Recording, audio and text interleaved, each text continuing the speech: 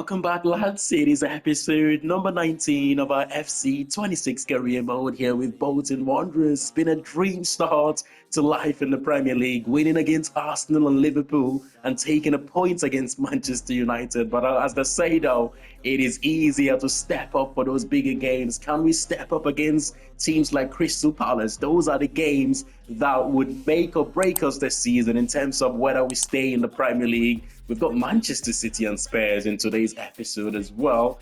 That would mean in our opening 6 games, we would have faced Arsenal, Manchester United, Liverpool, Manchester City and Tottenham in our opening 6 games. That is some start to life in the Premier League, isn't it? But before we proceed any further though, we've got to give a player a new contract here. Backup goalkeeper Jack Bonham is open to talks for a new contract, but we're not going to be giving him a new contract as this season will be his last season here. He's got 9 months. We will let him see out that contract at 33 and we will look for a new backup goalkeeper next season. We've also got, I believe, Nicholas Odegaard, who is open to talks. We signed him in the January transfer window last season and already he wants more money in terms of his contribution to this team. I'm surprised other players haven't done so, but as you know, you can only now give players new contracts only when they ask for one, which I think it's a cool feature. But then again, some of these players need to start asking for new contracts just so we can give them we can reward them with new wages and with higher wages basically. But for now, we will sort out one quickly for Nicholas Odegaard. Nah, Nicholas, I'm not having this. We're not gonna be held to ransom here for this wages. Now, given that we gave Swansea recently 15k in wages, and the new signings like Thierry Small, who is 74 rated, now 75 rated on 25k, there's no way I'm giving him that amount of money. Look at the goal bonus though. Put it this way, this contract, if we should accept it, would cost us over £2 million just to renew his contract. It is not happening. I'm happy to go up to 20k at a push, but anything more than that, we are not going to proceed with this one, son. Personally, I think this is fair. 20k in wages, 200k if he scores 5 goals for us, and of course a signing on bonus on 300k. If he says no, you've got 3 years and 9 months in your contract, I'm happy to just allow you to see out your contract.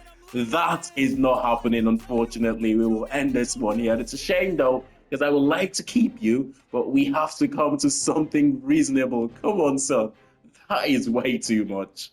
I still cannot believe the amount of money Nicholas Odegaard was asking for, you know. Put it into perspective, right? Nelson Viper, who's our record signing by far, is on 35k in wages. Odegaard is asking for something closer to that. It's not making sense right now. It doesn't start this game for us, by the way, Nicholas Odegaard. This is me just saying there is no one bigger than the football club. If you're not going to come to common grounds, there is easily someone in the team that can step up in your absence here. Hopefully, though, we can give him a new contract because I do like the player. But Joao Randall starts in his position today. I mean, it's like I said earlier, it's easier to step up for those bigger games. The games against your Crystal Palaces, you know, your West Hams, those are the games that would make or break us this season. Randall, big save! Clayton Taylor taps it home for an easy goal. He's such an underrated player in this team, Clayton Taylor. His work rate up and down that left-hand side constantly. He creates so many chances. He doesn't score too many goals, but it's nice when he does get one like this, you know, to reward him for his hard work, basically. He does get loads of assists, just not too many goals. I thought he was injured for a second there. That's a goal and an assist in 4 appearances. I mean, so far, we're doing very well in this game. We've managed to keep Palace very quiet in that first half. It's not been too many chances created for them. I mean, our goalkeeper have had a more quiet game today compared to the sort of games he's had all season. Oh, that's a big mistake there from, I think that was, excellent to win a straight back. That was a big mistake there from Randall in midfield for us, but he's won a straight back though, which is good. Oh, come on, that's so easy to skip past you there. Isaac Toure steps up to try and close his man. Back in possession now, Thierry Small again. He's been done with the 1-2. This is probably his poorest game defensively so far. Come on. That is a gift to Crystal Palace. That is an absolute gift. Cross to the far post. I thought we've dealt with it, but Swansea just couldn't sort his feet out quickly enough. I thought we've dealt with it there, but just couldn't sort it out quick enough. And they capitalised on our mistake. Substitution, Tom Bishop, the goal scorer, is being replaced by Johnson, the former Tottenham wide man. And Isaac Toure. This is right in. Oh, it's not Toure, it's Taylor on the far post. I mean, he's the smallest player on the pitch, if I'm not mistaken. We've played quite well in the game. We gifted them a goal. I think that's going to be it, though. The referee's not going to allow us to get that one forward quick enough. If that was the other way around, they would have allowed them one more opportunity there. But this is what I mean. You never get that one last opportunity. We played well, just unfortunately to give them a goal. A point against Palace, it's not a bad result for us. I'll definitely take it into the next one. And up next here is another giant from Manchester. This time it is Manchester City, the citizens, the standard bearers of modern football. Triumphs, title, a decade drenched in dominance. And that includes winning the league, winning Champions Leagues, the quadruple, the treble, the Centurions. So many accolades for Pep Guardiola and this team. But this season, though, has told its own story of grit, of heart, of defiance. And they may be the King of England, but today they will have to earn every inch of it, as we have shown this season. You've got to earn it against us. If you're to get results against us, we will fight to the very end. It's Donnarumma in goal, Guehi and Akanji, the two centre-backs. There's pace there in the centre-backs. That might be hard to break. Erling Haaland, of course, the freak starts up front for them. When I call him freak, I mean that in every sense of the word, a positive connotation. He's a handful. It's just an animal to come up against. It doesn't make it easy for you at all.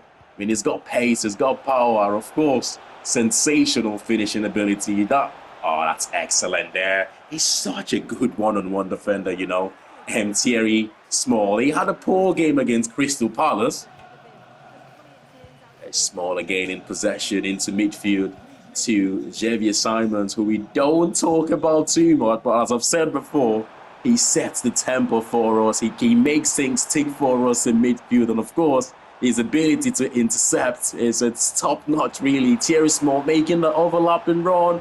There's no one in the box to dink it. He goes for it the second time. And who's that trying to go for the acrobatic finish there?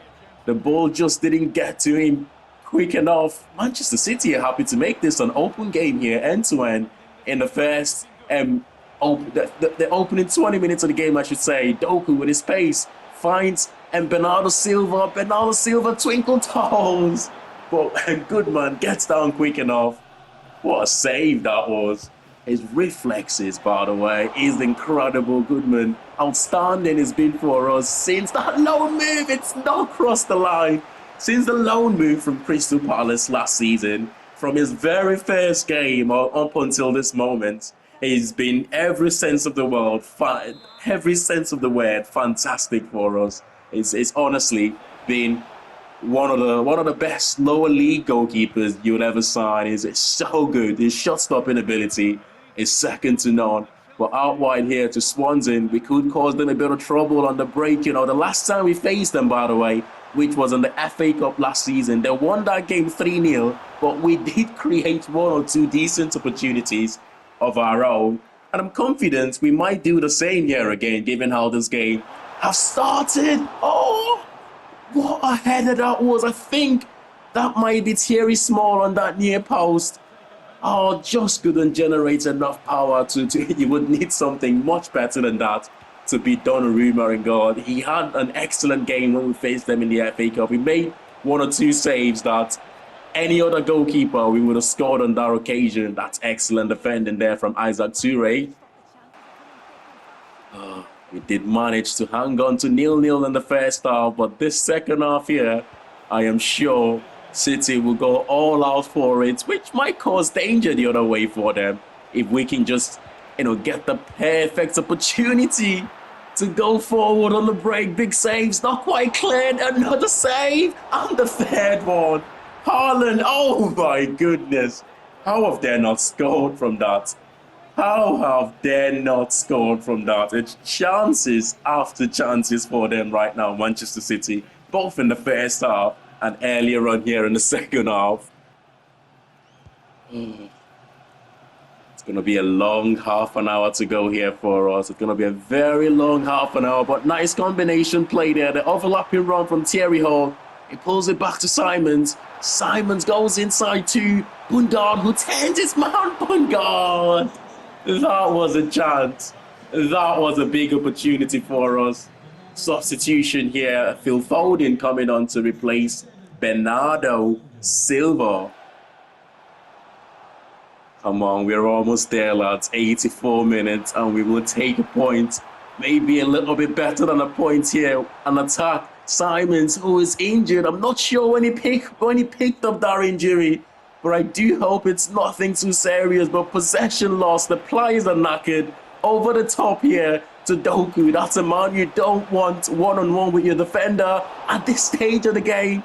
Big save on the near post. Erling Haaland. With the last kick of the game, pretty much breaks the heart of the Bolton Wanderers fans here at the Toughsheet Community Stadium. It's been one of those games end to end from the first minute up until this very moment. It's both teams going for it, but unfortunately we fall short against the best team in England right now. There's no shame losing to them. We did compete, which I enjoy this one so much. We competed till the very end, but it just wasn't to be. Couldn't hang on to take that point, and City collects all three. With minor changes to the players' preferred positions, Bundard, I don't know if you've already noticed, is now 76 rated. Sheehan has gone from 68 to 71 rated as well, just by changing his position to a centre midfielder as opposed to the centre defensive midfielder previously. That might just prolong his stay here at Bolton Wanderers for maybe a season or two longer. The fact that he's now 71 rated. He's 32 years of age though, so he's not going to get much better. But right now, he's doing a fantastic job for us. Up next is Tottenham in the league. I mean, we've got the league now up until January, until the FA Cup begins. So we just have to focus on the league. We're 7th in the league with 8 points. 8 points from our opening 5 games or 6 games. But let's get into this one. It's away from home. It's the Tottenham Hotspur Stadium. Come on, the Trotters. If I'm not mistaken, right, I think Tottenham and Manchester City are the only 2 teams we've faced so far in this save that at the end of the game, I've sat there and thought, this is next level stuff. Tottenham was a couple of seasons ago, maybe in the Carabao Cup. They were outstanding in that game. But as we have saw in recent times, though, things have changed. We're a much better team. We're an improved team. We're no longer Bolton Wanderers of a couple of seasons ago, as Manchester City found out in the previous game. Hopefully, we can put up another good performance here. Simon starts in that number 10 position, and Tell starts up front for them, leading the line. For us, though, a couple of players making their first start in the Premier League today. George Johnston, one of the centre-back, and of course, our top goal scorer last season, Sam Dolby, starting up front. He's got a lot to prove, by the way, Sam Dolby, for us this season. As we said, it's not going to be an easy one here. We are expecting, oh, good header from the near post. We're expecting Tottenham to come out all gun blazing as you're doing here. It looks like Tell is down and injured, and it looks too serious because he's not getting off from that one. That's a bit unfortunate for the young striker, isn't it? Don't get me wrong, it makes them weaker, a player of his quality getting injured. But at the same time, I do not wish injuries to our opponents.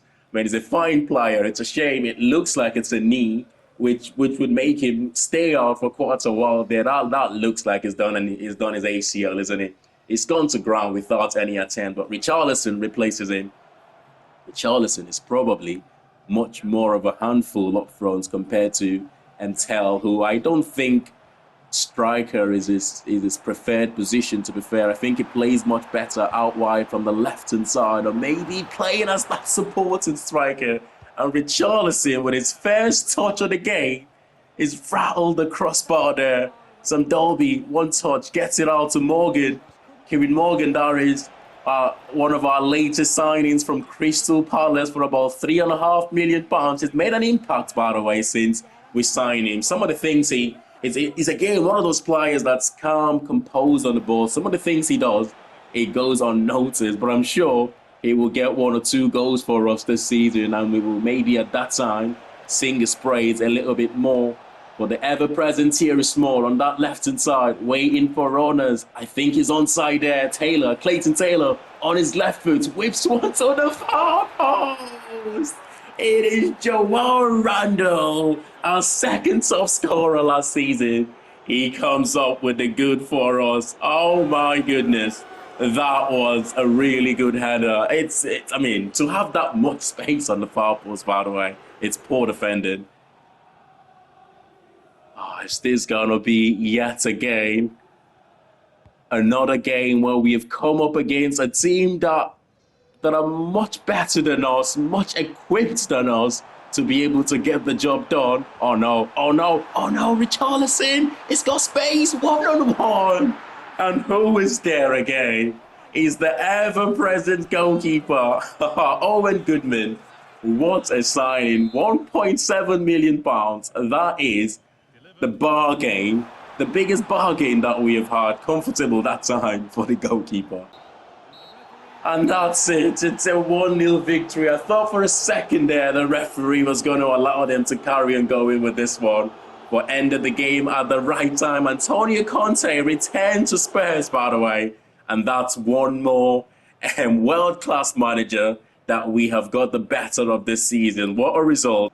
Arsenal, Liverpool and Tottenham, those are the teams that have fell victim to us this season. Will Nottingham Forest be the next one though? I mean, we're playing with no fear, with so much excitement this season. It feels like right now we can go head to head against any team. I'm not sure how long it's going to last for, but long may it continue. And Tawal, another player making his first start in the Premier League this season, as well as Max Conway, the left back, and that means Thierry Small plays in the right back position. Ryan Yates starts in midfield. There is no Morgan Gibbs-White in the Forest team.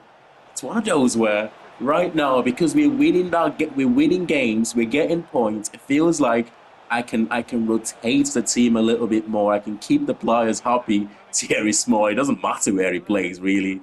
He's just the absolute unit, and every single winger, other than Crystal Palace game, he's had the better of Saka. He's come up against Saka. He's come up against Rodrigo for Liverpool. He's come up against a few decent wingers, and every single one of them he's matched their pace, he's matched their athleticism, and going the other way as well. We know he can cause teams 1 or 2 trouble.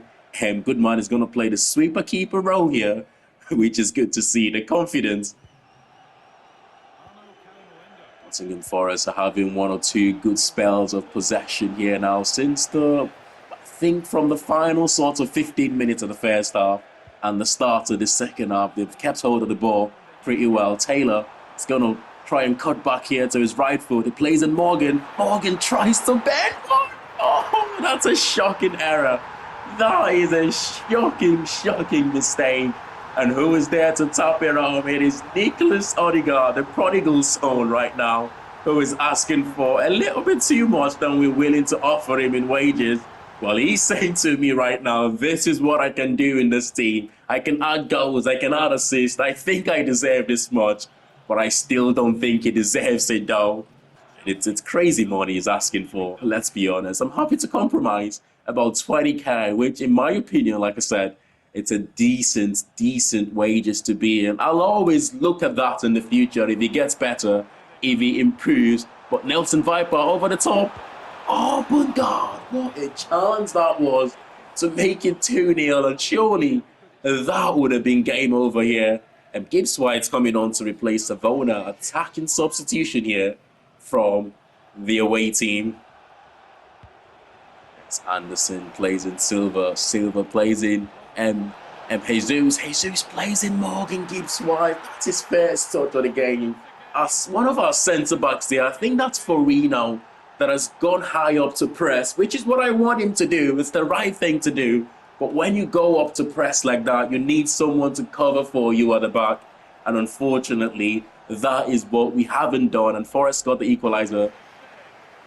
That is an unfortunate goal to concede, isn't it? And we end up sharing a point. It is a point shared here for both teams. Again, not a bad result against an established Premier League side like Forest. I mean, we'll take the point, surely. It's one of those where the more points we keep getting at this stage, the better it is. And from the Toughsheet Community Stadium, a 57-mile journey down the M62 carries us to Merseyside, the new home of Everton, the Hill Dickinson Stadium. One half of the city has already been conquered this season. That is our victory against Liverpool. Now can history echo against the other? Everton, wounded and lingering near the bottom of the table right now, but pride, as ever, remains dangerous. And on days like this, though, the desperation can be as powerful as belief. We've got to be wary of this Everton side who's got Lenny Yoro and Tarkowski as their two centre-back. Tyler Diebling, who is one of the top scorers in the league right now with 4 goals, I believe. So he's having a good season personally, even though Everton have had a poor start to the season. For us, it is Bungard, Viper and Taylor as our forward 3. It's one of those sorts of games where I don't expect Everton to be as dangerous as, say, the Arsenals, the Manchester Uniteds and the Cities when we have faced them this season. Mistake from Everton at the back here. Would there be punished? Yes, there will. Clayton Taylor, an assist from Nelson Viper, who has not scored in a while for us. But I tell you what, when he's not scoring though, he can produce moments like that. And what a finish. Clayton Taylor with his 2nd goal of the game. That is a terrible error from the Everton defense here. You can see why they are in the bottom 3 right now. That's poor football from them. And considering we are the away side in this game, don't get me wrong, as poor a start as Everton has had, they've still got quality players in this team that could punish you when you allow them to. We have looked as comfortable as ever in this game. I think he's offside. He's not going to get there though. But Clayton Taylor has just wandered a little bit too quick there, ending up in an offside position. That could have been another opportunity for us. But we go into the break with the 1-0 advantage. What is the second half going to provide here? I think we can win this one. Everton has been poor. I hope I haven't been a little bit too cocky in that first half, thinking we're going to win this game. After all, this is a team that have been in the Premier League for quite a while now. They've got much better players than us. They lose possession, and when you lose possession like this against us, we've got quality players going to the way that could punish you, and Philip Bungard will keep that one alive. He's not quite got the pace to get away from his man Gallardo, the left back. He goes back to Simon. Simons plays in. Nelson Viper, and he strikes again. And he's got his 3rd goal of the season. And it's 2-0 against Everton here. It's looked so easy at times for us, man. Everton has been so poor in this game. But look at that. Look at that for the finish, though. Left foot, right foot, you name it. He's got it all, Nelson Viper. It's Tyler Diebling over the top here, trying to find, is it Wagnerman is trying to find Swanson is in a little bit of trouble there. He goes down holding his arm. It might just be a long-term injury for us. I hope it's not. And if we end up losing him for a while, we've got no right back to start. It might mean Thierry Small playing in the left back position. No!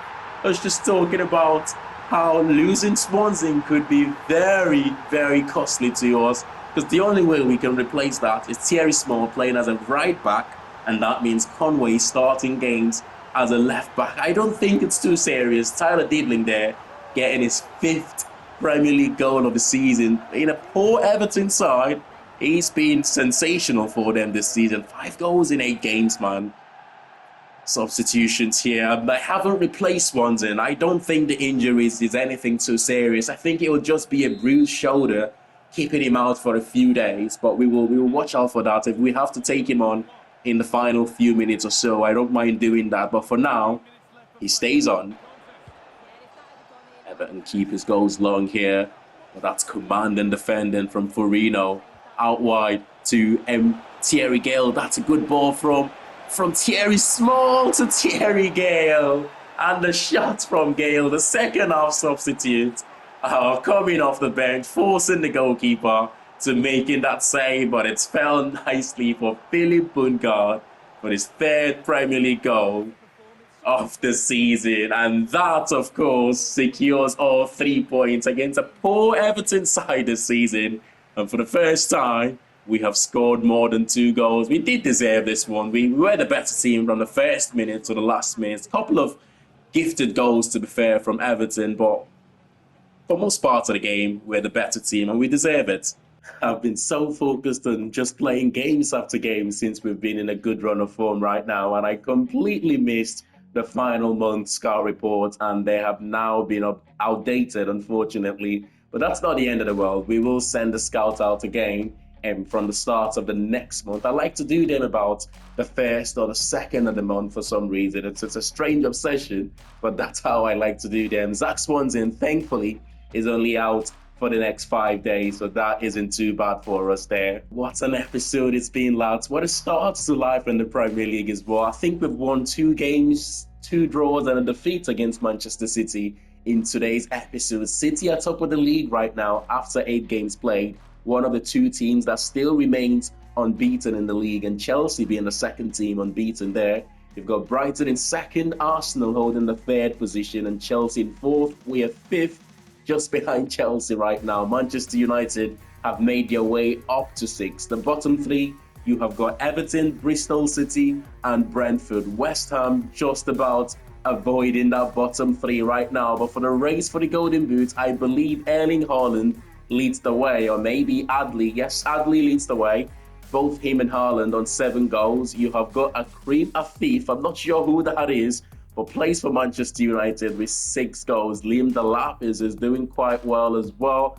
And as we know, Tyler Dibling, who did score against us in that Everton game, is doing quite well. Gabriel Martinelli leads the way for assists there and 5 assists. You've got Barry of West Ham, who's left Everton to join West Ham. Anthony Gordon is in there. Brian Mbeumo for assist is in there.